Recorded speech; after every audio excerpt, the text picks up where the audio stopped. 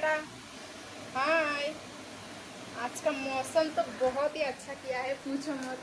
और मम्मा सो गई थी। मम्मा सो गई थी तो मैं पूरा काम सब खत्म करके अभी हम दोनों मिलके उठ गई है मम्मा।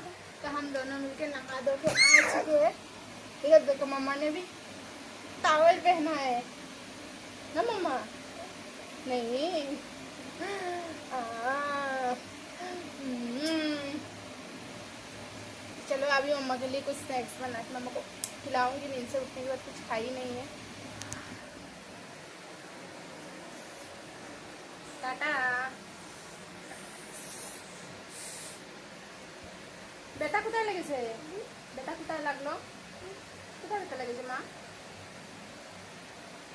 बारिश हो रहा है बाहर, थोड़ा थोड़ा सा अच्छा लग रहा है बहुत दिन बाद।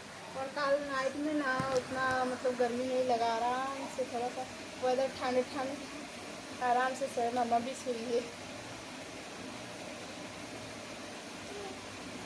এটা তুমি আর এটা আমি, এটা মাম্মা এটা মাম্মি। হ্যাঁ, চল টাটা।